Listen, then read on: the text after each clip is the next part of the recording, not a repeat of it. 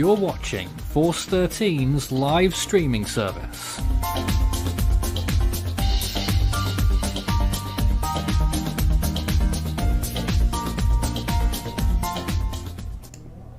Thank you, Nathan. Hello, and everyone. Welcome back to Force 13 US Live. And yes, as Samuel said, thank you, Nathan, for that wonderful voiceover of us being on Force 13 Live. It is rather wonderful to be here tonight, hosting this and being with all of you. But something that's not so wonderful is Hurricane Ida. I think we can all agree that this is a less than ideal situation.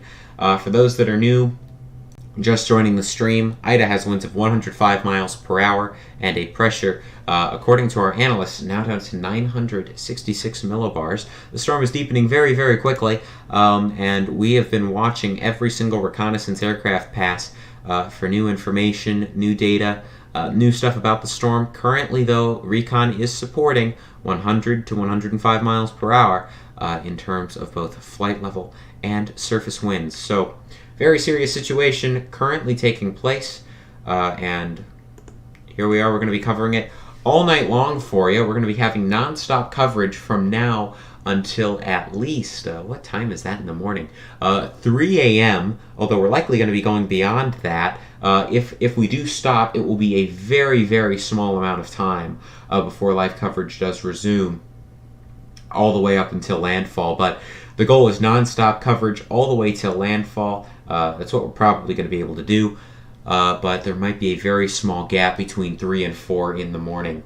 But other than that, looking pretty good right now in terms of making sure that non-stop coverage happens. Taking a look at the latest imagery on Ida, I think that all of us here do look extensively at that. What are our latest thoughts? I'm noticing that curling convection band really starting to wrap around the center there. This looks like it could be Ida's attempt at really wrapping around, and unfortunately, now that it's moving into that warm eddy, I think it's going to have the sea surface temperatures to do it. Yep, and I believe that, previously, it's, compared to, before, honestly, it didn't really have that great of, conditions compared to this. The conditions here, not only are they better than they were in the Caribbean, they're better than anywhere on the planet right now. And I also want to add the fact that once this finishes wrapping around, the 70-degree convection, or minus 70 cloud top, this thing, I think, is going to rapidly intensify and take advantage of that eddy. Yeah, and it looks like, again, just with the amount of convection that we're seeing blow up from this, it has hit that eddy. Unfortunately, we're just seeing hot towers going up all over the place around this thing now, and a much more filled out storm. Nowhere near as many warm areas, warm slots. The structure of the storm appears to be improving pretty quickly. And again, there we go. You can see that news there, that 968 to 966 millibar drop, according to our cyclone analysts, all the way down there. That is a 2 millibar drop in 1 hour. Definitely a concern, to say the very least. But yes, yeah, not good news, to say the very least. So there we go. Rapid deepening has begun. Something I would like to check on real quick. Isaac, traffic seems to have lightened up a bit on that camera that you've been showing. That's out of Baton Rouge, right? Alright, it appears that we don't have Isaac at the moment, but you can see there that traffic seems to have lightened up quite a bit. And you can see there that the cars heading away from the camera are heading away from the coastline. The cars heading towards the camera are heading towards shore. Anyone that is heading towards shore, if you're in a car right now and you're listening to us as you're heading towards shore, you need to be turning around, or you need to be heading home, finishing preparations and turning around, especially if you're in that mandatory evacuation zone. This is not the time to be meandering around. You are running out of time. And to really make this clear, this outer band right here, this is the marker of when you are now officially really within the influence of Ida and it is no longer safe to get out. This line right here, this band, And this band right here in particular is the one where it's like, all right, now we're really starting to get to unsafe territory. But this right here, this should be what draws the line. If this line passes you, you need to be beginning to hunker down. But if this line isn't to you yet, especially if you're in like New Orleans, Canner, Fiener, if you're in any of those areas, you need to be hightailing it out of here as quickly as you can. Yeah, and also, I do want to quickly note, unfortunately, that it's been moving consistently on the east side of the purple or guided envelope. And basically this means that the city of New Orleans could be taking a bigger blow from the storm than previously thought, or potentially even be the bullseye, which I hate to even say that. I hate to say it too, but they are within the cone, and they definitely could be the bullseye. So we can't rule it out, unfortunately. And yeah, we're just gonna have to hope that everything turns out. Taking a look here, it looks as if the Noah 2 flight is coming to a close. That is heading out now of Ida, and it looks like in terms of other things that we have going on here, that we're not looking at much other data coming in anytime soon, as Mission 11, which was AF303, is now moving out. So that means, folks, that was our final recon pass. 2 millibars an hour is the rate of deepening right now, and we have now lost recon. So And there won't The be question no is for how long? I don't think there's no recon for quite a bit, unfortunately.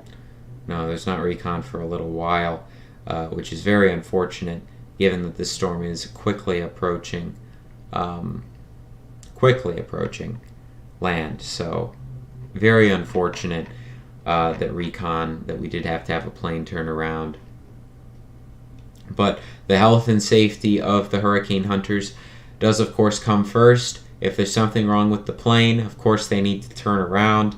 This is not something that you should be getting mad at the hurricane hunters for doing, turning around, because again, if their safety is compromised, if the plane were to go down in flight, that would be even worse. So again, not an ideal situation, but it's the better move than flying in with an unsafe plane. So obviously, again, not what we wanted, but you know, what's got to happen is what's got to happen.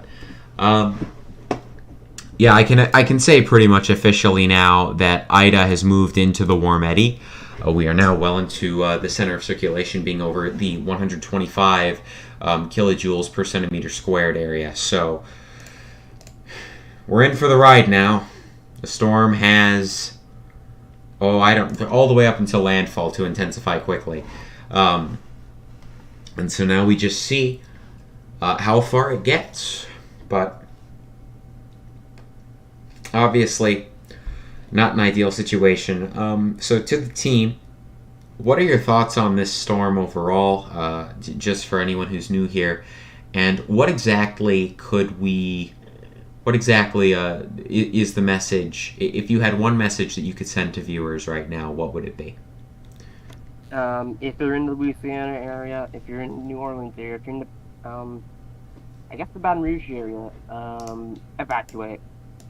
If you're still there, this is the last chance you really have to evacuate, because once the morning comes, you won't be able to evacuate from the storm. If you're in the levee zone, at this point, it would probably be wise to stay and ride out the storm.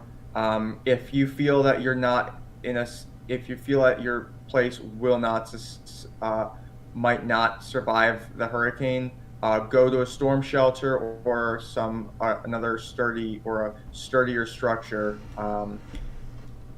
somewhere, and stay as far away from windows as you can. Otherwise, you need to get out, especially if you are outside the levee protection system. You will most likely, I don't want to say that I don't want to scare anybody, but you will, there is not much of a chance that you're going to survive outside the levee protection system, because the levees that are outside the levee protection system will probably not be enough to protect you from the surge. Also, I do want to mention that the temperature of the eye seems to be rising again. The temperature of the eye right now has been found to be negative 0.1 degrees Celsius at this moment, and it's only rising from here. Yeah, it's not an ideal situation. Some bad news as well in terms of satellite appearance. The western side has been having numerous convective bursts for a while now. The southern side is now very robust with convection. The eastern side now has a new hot tower that has just popped up. So we are looking at a new convective burst right there on the eastern side. I think this is going to be Ida's shot at completing that minus 70 ring. I think it's going to do it. I believe so too. Especially with the eddy it's in. Yes, and that I don't like saying that, but I think that this right here, this particular phase, especially with how rapidly we can see the storm was deepening from the NOAA aircraft, I think this is the beginning of the real big intensification phase we all feared was going to happen with this storm. Alright, I just came back from dinner. Schwent, do you mind giving me a rundown of what happened in the past 10-20 minutes? Well, the main thing is, first of all, we're on the air. Second of all, I know. The big thing with the storm, it looks like satellite appearance is rapidly improving, and a minus 70 ring is attempting to head around the center. Aircraft Air Force 303 had to turn away from the storm, so we are currently without recon, and the latest recon from NOAA aircraft indicated that this storm was dropping pretty quickly in pressure, 2 millibars an hour at least, maybe even 4. So very fast deepening, and we also know now that the storm is within the warm eddy, so now is the time that the storm is going to really start to rapidly intensify. Yeah, and honestly, looking back on it, I think the chances of it rapidly intensifying before actually were not that high, considering the waters, like, compared to the Caribbean, they weren't really that warm. And, I mean, yeah, it was enough to maintain it, but and maybe strengthen it just a little bit, but, like, it wasn't, like, anything like rapidly intensified, like, as, like, the conditions it is going to be entering now. So. Yes, so we're really starting to see the storm strengthen. We're starting to see the structure improve. It's not a good situation, to say the very, very least. Okay, so now that we've talked about that a bit, I do want to move on to some other things. First of all, I do want to talk about, especially for our new viewers, and just to go over with the ones who have viewed this before, what exactly is going on in terms of threats with this storm. So, first things first, National Hurricane Center forecast cone showing this storm making landfall around 1 p.m.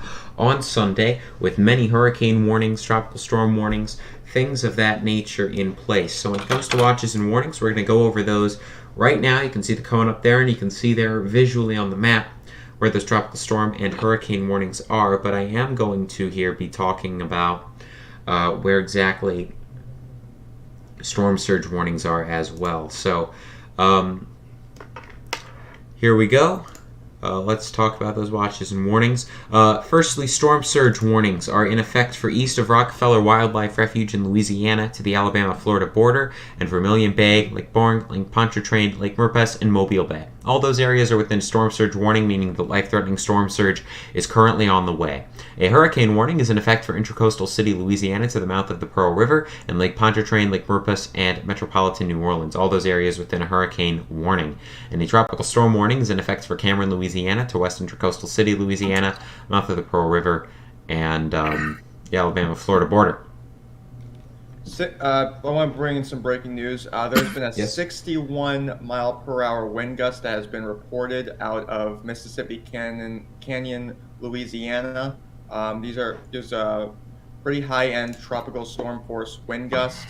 and we expect to see more of those reports coming in as the storm continues its approach towards Louisiana. And there we go. We can see there where those stronger winds are ending up being. Yeah, again, these outer bands, this is Ida now. You're going to start seeing those tropical storm force wind gusts coming in. So, not an ideal situation at all. And something that we are definitely going to be watching over the next little while. Again, though, 1 p.m. Sunday, that's the expected time of landfall according to the National Hurricane Center, plus or minus 2 hours. Seems to work. All right. Now that we've gone over those watches and warnings, I do want to go over the threats of this storm. The first one that, and this is the one that gets talked about the most. It's not the single highest threat with this, but it is one of the highest threats. I think it's right in line with flooding. Maybe it is the highest threat, but they're all very close. And I want to make that very clear that this is not the only threat with this storm. But strong winds. Winds of 130 miles per hour or above are currently the expectation from the National Hurricane Center. So a Category 4 hurricane is the current expectation at landfall. When this does occur, this is going to be pretty devastating in terms of wind impacts for the immediate area. So anywhere within this cone and just outside of this cone needs to be preparing as if a Category 4 hurricane is heading for their doorstep.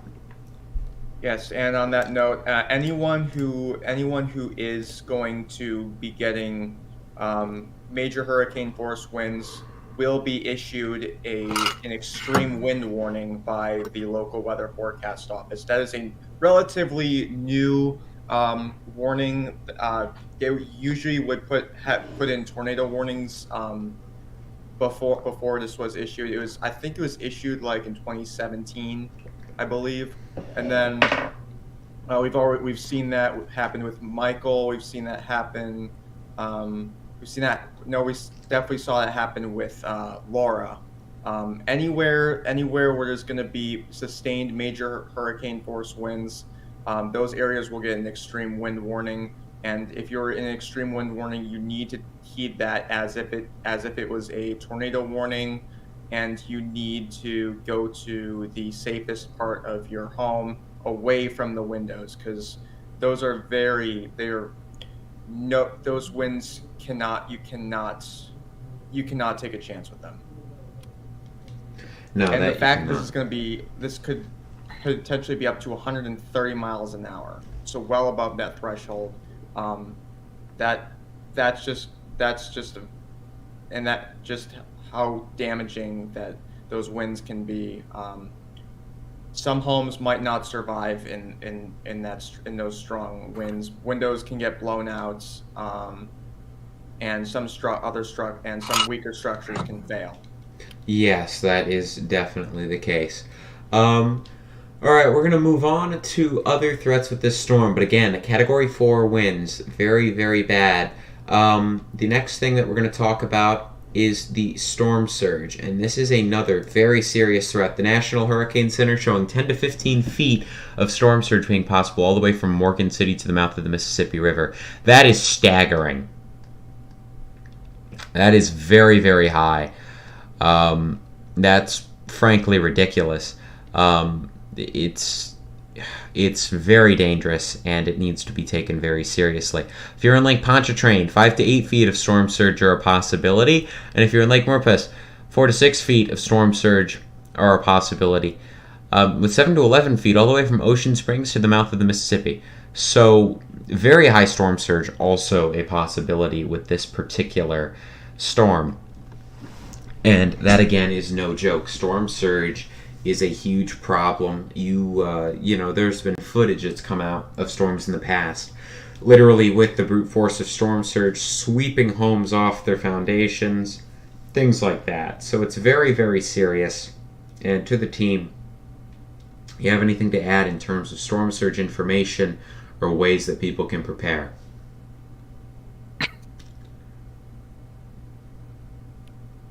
Well, okay, with storm surge, the best advice to take against that is simply to evacuate That's why a lot of areas are under mandatory evacuations, because the storm surge is typically the deadliest hazard that comes with hurricanes, and will usually be displaced to the side of the hurricane whose winds are blowing onshore. To prepare for a storm surge, basically you have to get out of the way. That's really what you got to do. Yes, if you do find yourself in significant storm surge, your odds of survival are unfortunately very low. So evacuations need to take place now. All right. Jacob Lip's asking, what happened to AF 303? Air Force 303 had to turn around due to an airplane malfunction, unfortunately. So we are not going to have AF 303. We're unsure if it is related to Ida or not. Yeah, that we are unsure of, but unfortunately, we don't have any recon within the storm right now. So the aircraft reconnaissance missions are finished. We are going to have to wait a little while before we do get any more reconnaissance aircraft data. We are going to have to rely solely on satellite imagery for now, which is unfortunate. Alright, the final thing I wanted to talk about in regards to Ida is going to be that rainfall. So, this is the current rainfall map, courtesy of the Weather Prediction Center. You can see there widespread areas of 15 to 20 inches over land. The National Hurricane Center saying that rainfall over 20 inches is a possibility in some spots. So, maximum amounts 20 inches possible across southeast Louisiana into southern Mississippi through Monday, with this likely to result in life-threatening flash and urban flooding and significant river flooding impacts. So, see there New Orleans in the right on the edge of the 10 to 15 inch range. Jackson, Mississippi, right there in the 4 to 6 inch range. And you can see there a bunch of other big cities going to be directly impacted by Ida's rainfall.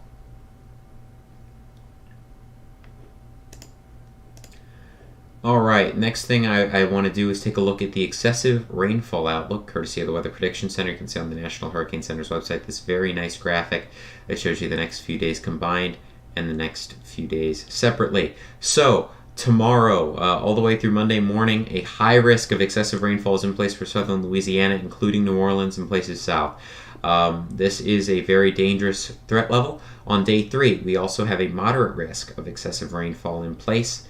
And with that being said as well, we are likely to see that upgraded to a high risk either tomorrow or Monday. So, regardless, not a good situation. This needs to be taken extremely seriously. Speaking of risk potential, the SPC has also issued a slight risk with a 5% tornado potential probability as well, all in near the landfall zone for Ida. So that includes the Baton Rouge, New Orleans metro areas, and other parts of eastern Louisiana primarily, typically the right front quadrant is where the greatest tornado risk is, and that's where we'll be seeing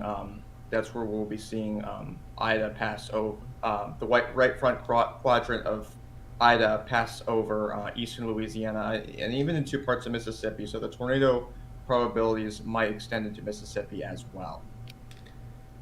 Yeah, and we can actually see there those tornado probabilities, that 5%, which already does extend a bit, and that marginal, which extends a fair bit more. But you're absolutely right, Samuel, that things could extend farther north with time as we figure out how this hurricane is going to evolve as it moves inland. All right, well, now we're going to get into a bit more nitty-gritty stuff, in particular when it comes to analysis. This storm is rapidly improving on satellite imagery.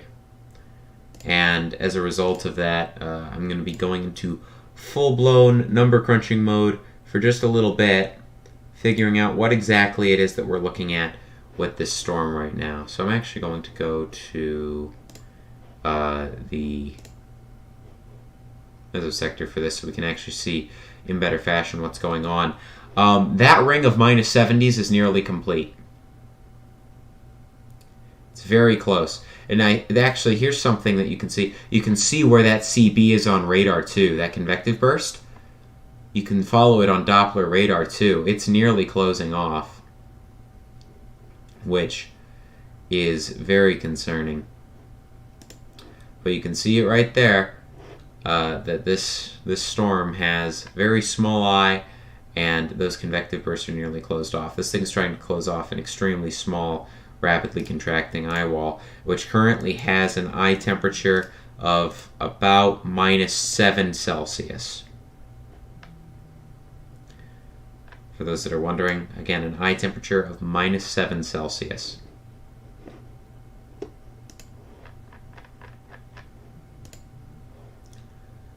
Alright, well, now that we've talked about Ida for a fair bit of time, there are a few things that I do want to talk about. First of all, Nora, for those that have not been on the stream, or for those that still do want more information on what's going on with Nora. Nora right now looking like a bit of a mess, but it is still a Category 1 hurricane that's going to be capable of bringing dangerous conditions to the areas that it impacts, Mexico in particular. So I'm going to go over this briefly. You can see the satellite imagery here. Nora is expected to remain a hurricane for a little while, but things are very uncertain. So I'm just going to read the key messages. Going into specifics with this storm, there isn't much of a point. So, first of all, let's talk about the wind threat. The National Hurricane Center says that hurricane conditions will continue in portions of the southern parts of the hurricane warning area and are likely to spread northward within the hurricane warning area through Sunday. Hurricane conditions are also possible within the hurricane watch area late Monday, and tropical storm conditions are possible within the tropical storm watch area in Baja California Sur on Saturday. Let's go over those watches and warnings real quick so you know exactly where I'm talking about. A hurricane warning is in effect for Manzanillo to Alta, Mexico, and a hurricane watch is in effect for north of Alta to Palabambo, Mexico, with the tropical storm watch from Cabo San Lucas to La Paz, Mexico.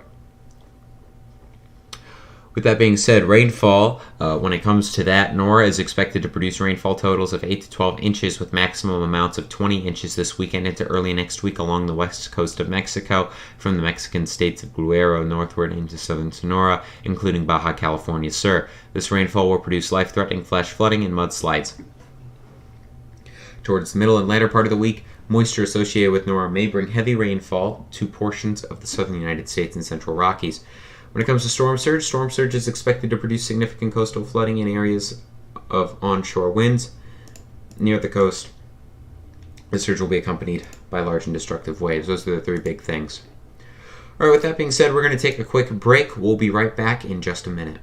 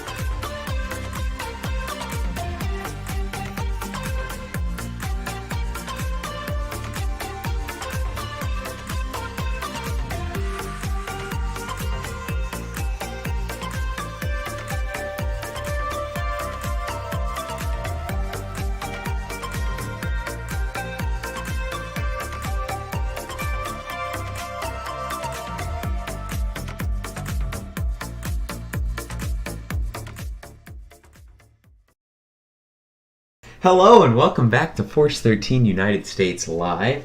I am your host Thomas Schwent, and with me tonight I have a team of people including Isaac, Alfiria, Anto, Jonesy, Samuel, and Euxinator. How are all of you doing tonight? This wonderful Saturday evening that's not so wonderful because we have a major hurricane, or soon to be a major hurricane, barreling towards the Louisiana coast. Schwent, this isn't the U.S. team. This isn't the U.S. stream. I said I'm your host. What? Yeah, whatever. I'm doing all right. It's just that this storm is literally trying to break me.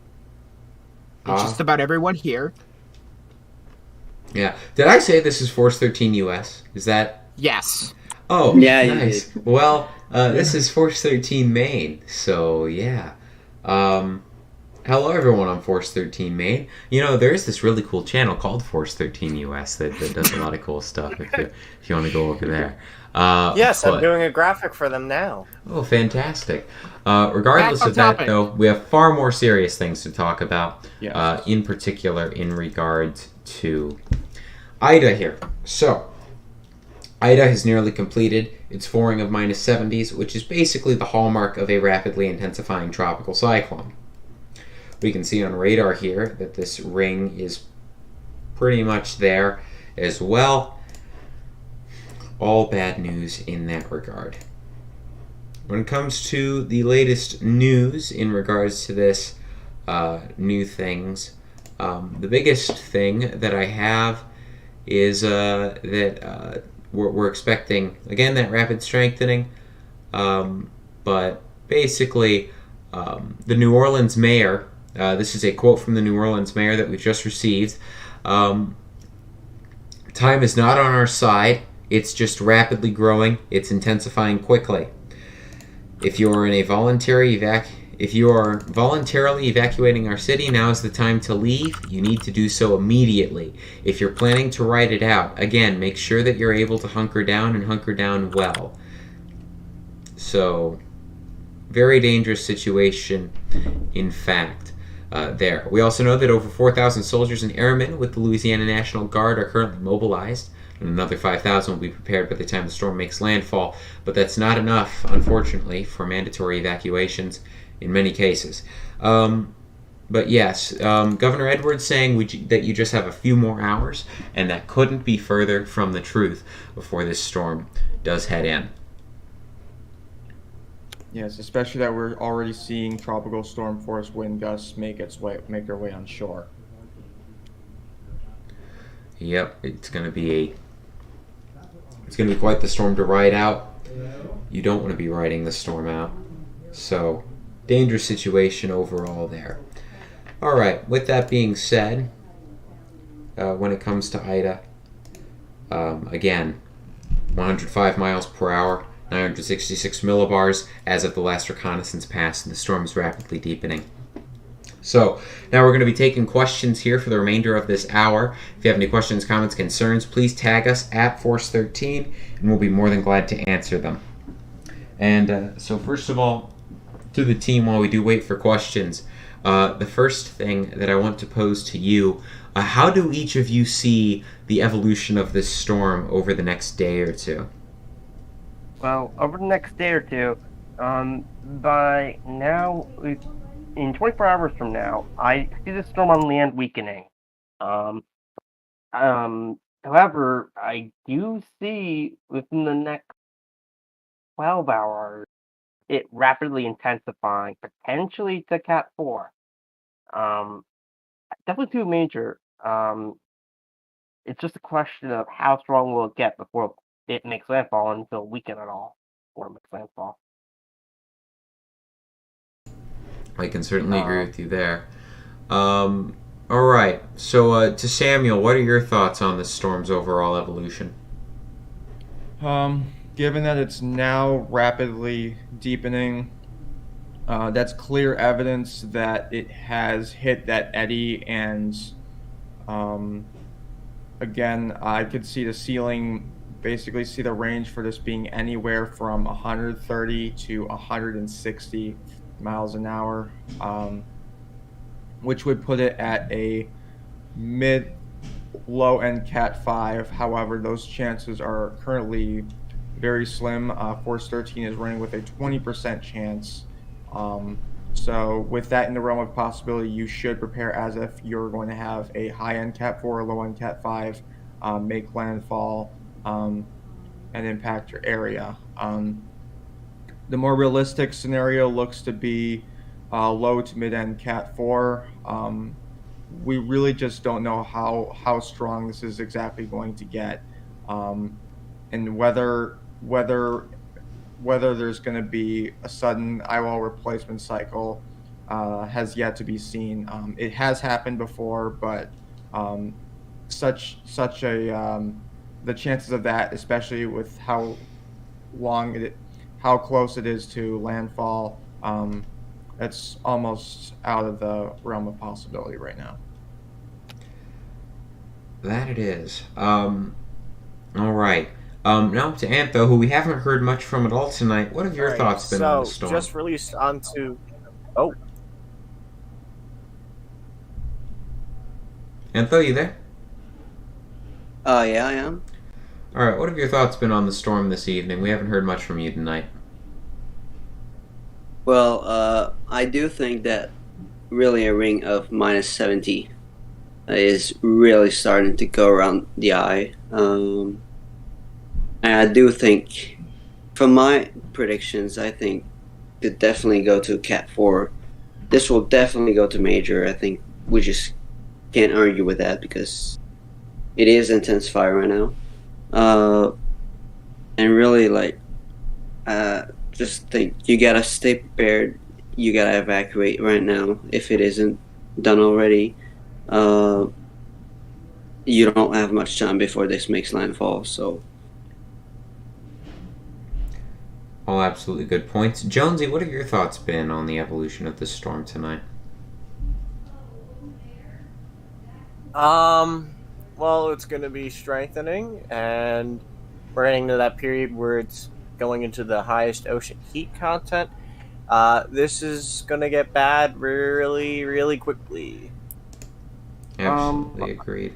And finally, I don't know if Alfieri is with us, but Alfieri, do you have any thoughts on the storm? I'll give it this. It's persistent. Yeah, that's true. It definitely did what we didn't want it to do day before last, and that has become a hurricane before it impacted and struck Cuba. In fact, strengthened in between that little strait in between the island it made its first landfall in and Cuba, which is something we weren't expecting. And now we're seeing it go through a process that we are thankful that hasn't happened earlier, but it's now starting to occur, and that is, of course, its rapid intensification phase. And you can obviously see it with it almost having that full ring of 70 and that small little eye, I believe, that you can see on satellite. And it's just getting to a point of where, this is the end game for this storm. This is where it makes it or breaks it. Yep, and the eye looks like it's really small now. However, I did notice that there seemed to be a secondary, it looks more like air or something to in the eastern part of the close to the eye. A second part that just seems to be, just showing itself. I'm not sure what it is. I'm not sure if it's just part of the eye as well, or if it's just recycling its eye or something. I don't know. Or moving its eye, per se. What was the weight? The weight? Someone said weight. No, I said good point. Oh, okay. All right. With that being said, Isaac Gomez is just returned. And so, Isaac, what have your thoughts been on the evolution of the storm tonight? Oh, it's been, for me at least, pretty confusing. After it got off of Cuba, we thought it was going to just completely explode as soon as it got off of Cuba, pretty much. And then it ended up having more internal issues than we initially thought. So the intensities have been kind of dwindled back down a little bit compared to earlier. And then now it's looking like it's finally getting its act together, now that it's going over those really steaming hot ocean waters of the Gulf of Mexico and then really high heat content in them. And so it's likely making a final push now on whether or not it's going to be maybe a low-end Category 4 compared to maybe a high-end Category 4. We're going to be about to find out here within the next 12 hours or so if it decides to do that or if it's going to be more of a gradual strengthening up until landfall. Regardless, though, no matter how you slice it, this is still going to be a dangerous scenario. And keep in mind, there's still going to be a lot of surge with this hurricane too. The surge is not going to just disappear as soon as it makes landfall, or if it weakens at landfall. It's going to take a little bit of time for that surge to dwindle back down. So you're talking about a surge threat, you're talking about a wind threat, you're talking about a flooding threat, and a rain threat on top of that. So just a really bad scenario for Louisiana, Mississippi, and other parts of the United States. And I really hope everybody again is taking it seriously and evacuating well ahead of time from this, because your time, like I said, is indeed running out, unfortunately. Unfortunately, I do have to agree with that. Let's get to some questions here. Why can't Ida clear out its eye completely? This is a rather complicated question, and it's one that goes to a couple of things. I think radar's demonstrating it well. We have numerous of these little bursts going around the eye. The structure of the storm hasn't really been able to get its act together, but now I think it's finally starting to, and here soon we're going to really start to see this storm, I'd say, really begin to ramp up in intensity. Yep. And, it's right before landfall, too. It's not like, because it's had time to ramp up, but obviously issues beforehand prevented it from ramping up. So the likelihood is that, I'm going to say this right now, the chances of it hitting Cat 5, very, very, very low. At this rate, it would need a miracle in order, or I guess for New Orleans, a nightmare in order for it to hit Cat 5. Because it would need to really explosively intensify over like a period of like 12 to 18 hours, and I don't see that happening. However, Cat 4 is most certainly not out of the question. So this is a storm to really keep an eye on, and we really need to keep an eye on what it's going to do right now, because that will determine how strong it gets, and if it will end up becoming a low in Cat 4 or actually pushing it and causing nightmares for New Orleans. Absolutely. Alright, the next question is, how wide is Ida's eye? Based on my latest infrared estimate, I literally made 30 seconds ago, it's about 5 nautical miles. But again, that's with the new convective burst. The actual distance of the eye from the eye wall we aren't 100% sure on, just because I'm not quite sure that eye is strong enough yet to push out all of the clouds and convection that have been bursting up. That minus 70s ring is so close to completion there on infrared. Someone else is asking the question, is Ida underperforming? Right now it seems like, at least on the NHC forecast stuff, it's right on schedule. Yep. Maybe underperformed to people's expectations when people were expecting it, to pop off of Cuba and then just immediately wrap and intensify. But the conditions in the Gulf in that area did not support that.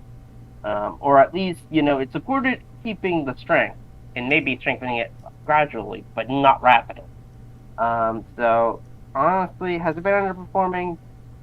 One could argue that, but most people would say no, it's not underperforming. But it's most certainly not overperforming. That's a good thing. Yes, that's a very good thing. Someone else asking, do you think the HMON's prediction of 155 miles per hour is a reasonable possibility? The reality is, with that particular prediction, that I don't think so. Here's the problem. When reconnaissance aircraft data did head into this thing,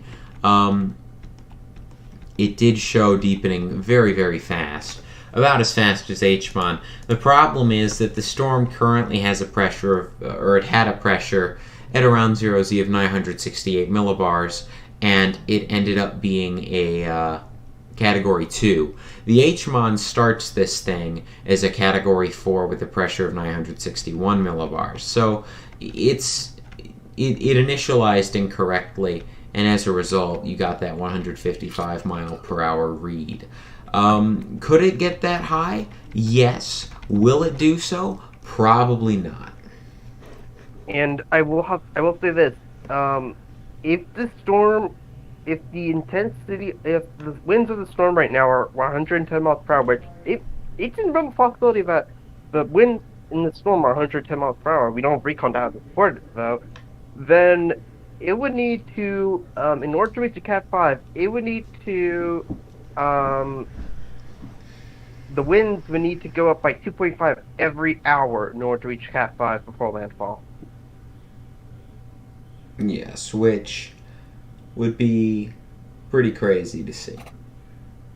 And I mean, in all fairness, now thinking about it, is that all a possibility for it to do that? Not really. We've seen storms intensify quicker than that in less than in an hour's time. So, but is it likely? Well, it's possible that it could rapidly intensify within the eddy, but once it gets outside of the eddy, or once it gets, because there's going to be an area before landfall that will not have those same conditions unless the eddy just solves the storm, in which case I don't think it would do that, and it would really be bad. Then, no, there is no scenario where the eddy follows the storm. Eddies don't move like that. Exactly. I do. You can finish your Snyder. I need to talk about something. After that. And as I was saying before, unless it can't do that. Then before landfall, there will be the area of favorability deteriorate for rapid intensification. So we will see what happens there. All right. And okay. Alfiria, what do you have? All right, so I do want to kind of mention this because I mentioned this on yesterday's stream, and I do want to mention it again. If you're going to I don't think the focus should be purely on, is this thing going to be a Category 5? And I mention this every time that's something like this whenever we have a storm that does this. Because if you're focusing so much at that point, you are missing the entire point as to why we are going live for this storm. We are going live for this storm because people's lives are at risk, and the risk of death is exponentially high. And so basically arguing whether or not it's going to be a Category 5 or not is missing the entire point, because we aren't dealing with numbers here, we're dealing with people's lives. So I just felt like saying that. I mentioned it yesterday. Regardless of this thing becoming a Category 4, 3, or 5, this will be very devastating to the coast of Louisiana, and people may lose their lives as a result. And I agree with that. I completely agree with that. I actually was about to mention that right as I let you talk. I was about to say that, and in all fairness, I believe that even if it doesn't hit Cat 5, it's still gonna bring life-threatening storm surge to Louisiana. It's still gonna bring those hurricane force winds to Louisiana. It's still gonna bring the possibility of tornadoes, which I don't think really has been touched upon. Because the Cape values are going to be the Cape values in the Louisiana coastline, Mississippi coastline, will be a bit favorable for some tornadoes. Albeit, I'm not sure if there's going to be sectors or not, but probably not.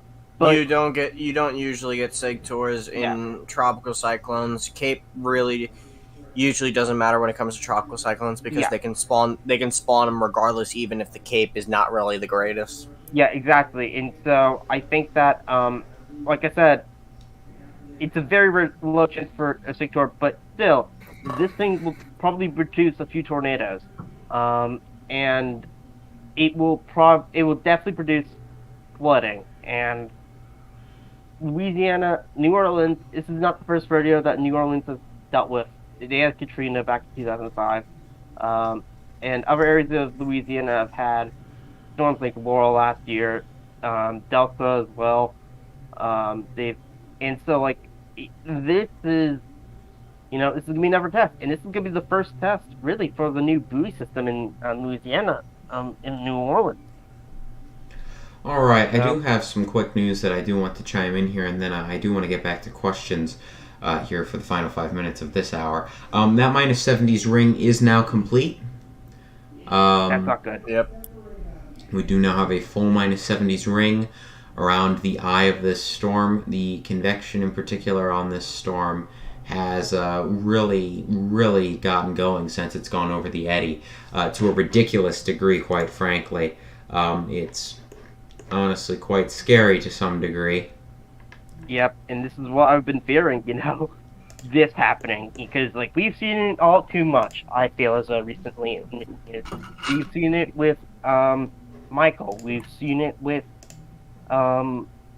recently Grace, I would say, even though it didn't really reach, like, Cat 2. We've seen it with, storms like Laura, I would say. Yeah, just Harvey. these rapidly intensifying storms. All right, I do want to get back to questions, though, real quick. The one question here is, what are the chances of Ida missing the Louisiana Peninsula?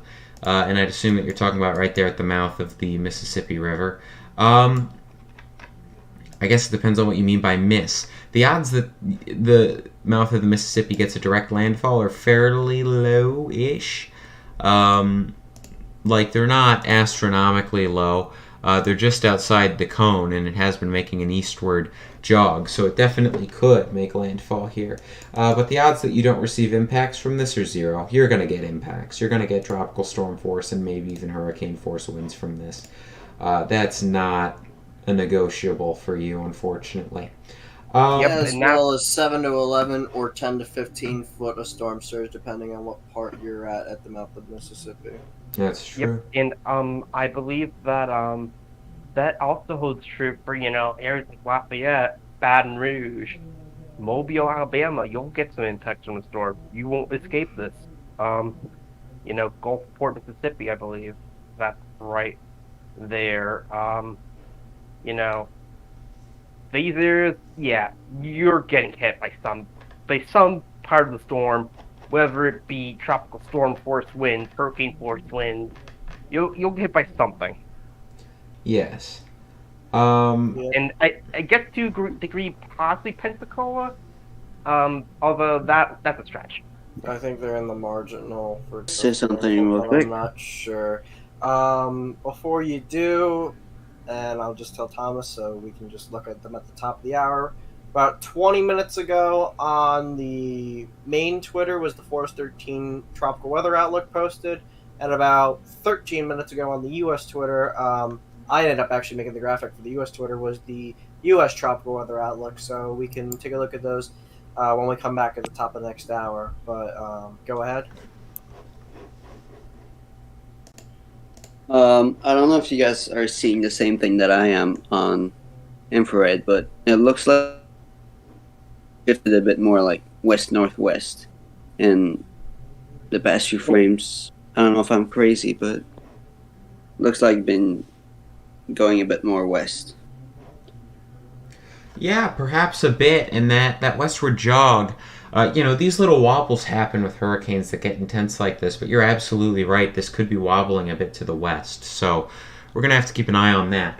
A couple more questions. Do you guys think this storm is stronger than 105 miles per hour? And how much is the pressure dropping per hour, you think? This is something I've been trying to avoid talking about, because I don't want the semantics of the storm to matter as much.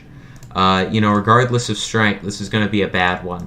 But I do think it is important to know the current strength of the storm to some degree. So I will talk about it a little bit. I believe this is strengthening. I believe it is stronger than 105 miles per hour. I believe personally that it's dropping 1 to 2 millibars per hour, perhaps even faster than that. And there is, unfortunately, now satellite estimates that are really starting to spike. So not going to go into specifics because you shouldn't be really, we shouldn't really be taking those too seriously, especially since we're going to be having more recon here, hopefully at some point relatively soon. I'm going to take this with a grain of salt before we go to break. And if it's a specific number of a satellite estimate, that's not something that I think we need to talk about in depth. Dvorak ADT. That is a satellite estimate. We can talk about that when we come back. Because I'm just going to take it with a grain of salt. I don't believe what I'm seeing either, but we'll talk about it when we come back, as well as review the tropical weather outlooks that were posted.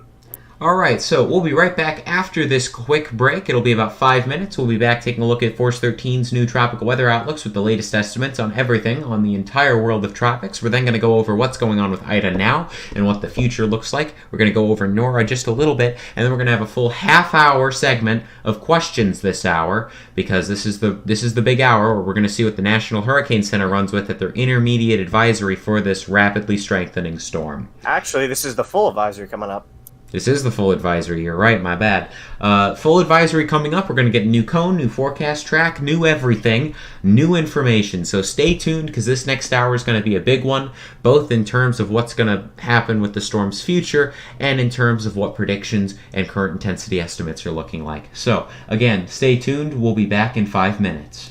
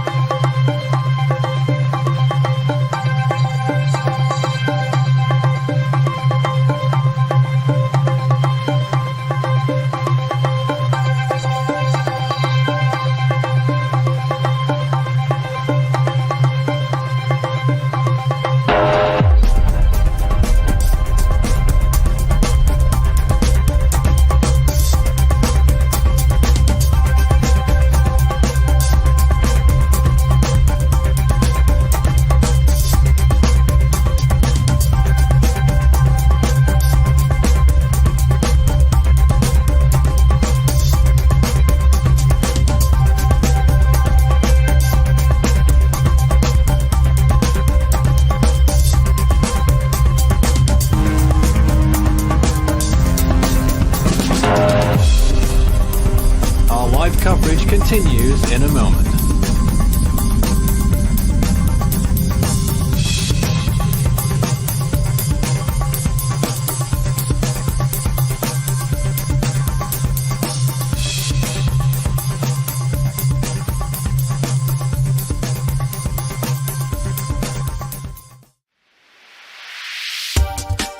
You can follow Force 13's outlets, the website, force13.com, our YouTube page, youtube.com/Force13, on Facebook under the same name, Force13, and our Twitter handle, it's @Force13 if you wish to get in touch. You can also add Force 13 on Skype and my personal account on Discord, Fool13, at extension 9094.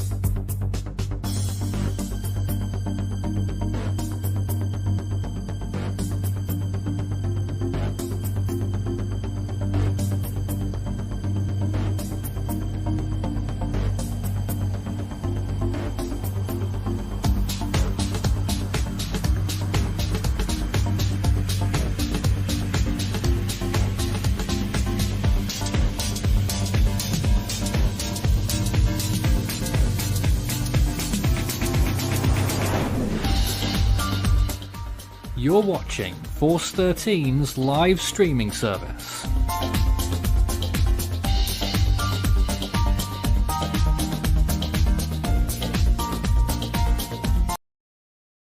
I'll talk about that. Hello, everyone, and welcome back to Force 13 US. Not US. Oh, I did it again.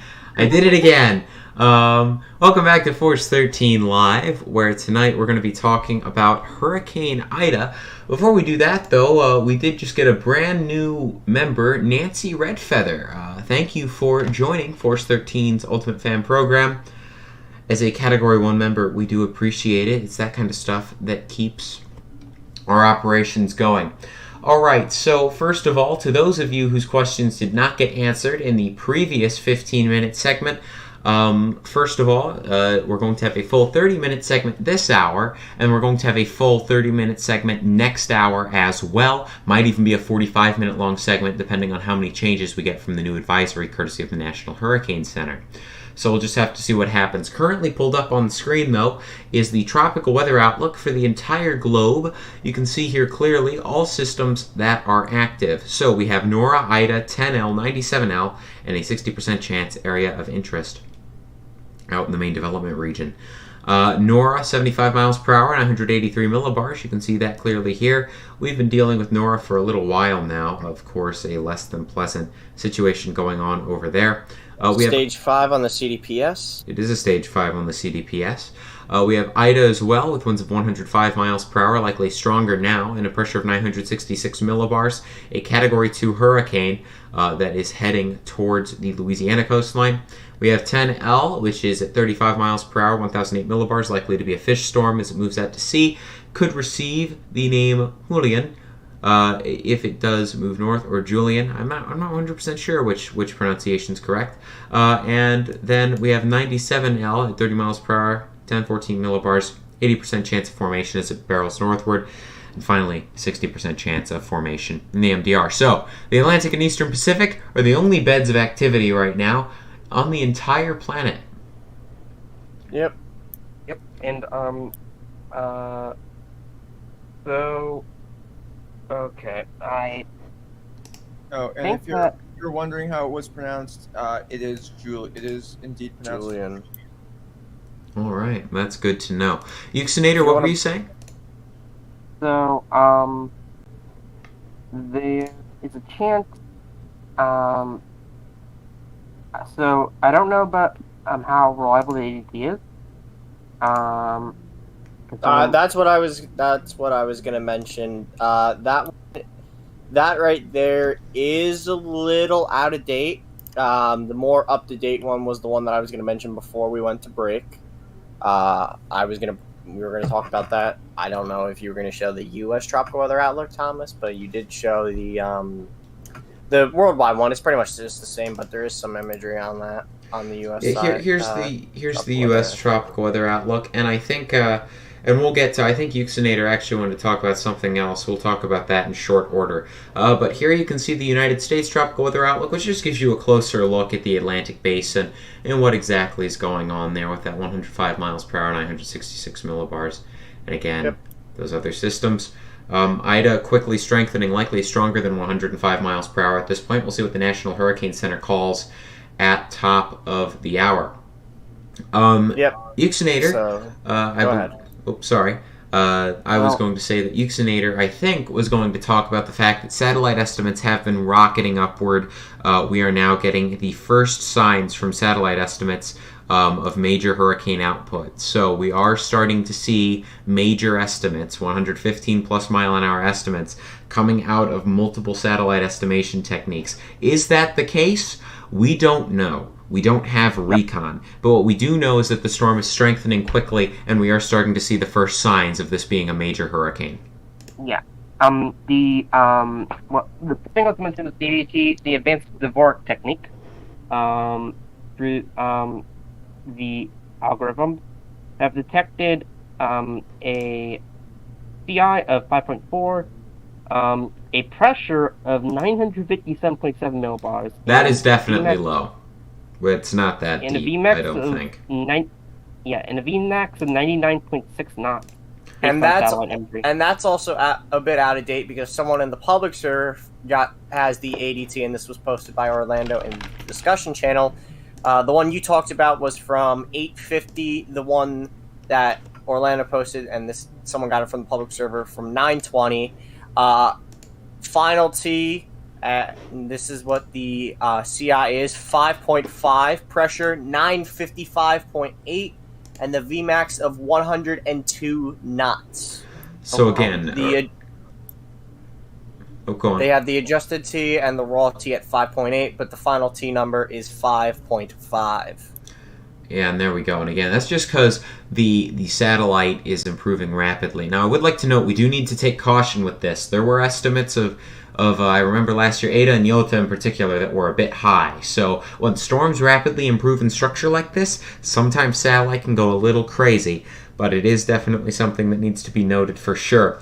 We are now joined by Orlando on the live stream. Orlando, I know that you've been on a little bit throughout the day today. You've probably had the